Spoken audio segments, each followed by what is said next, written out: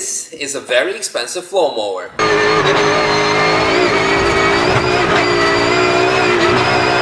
And this is a slightly less expensive one.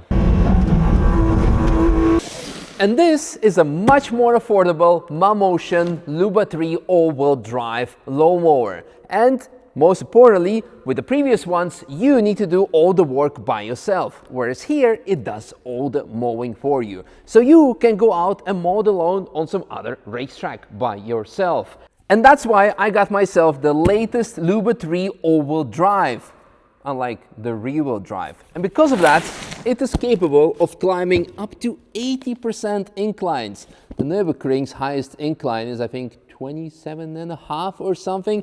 So this can climb almost triple the Nürburgring.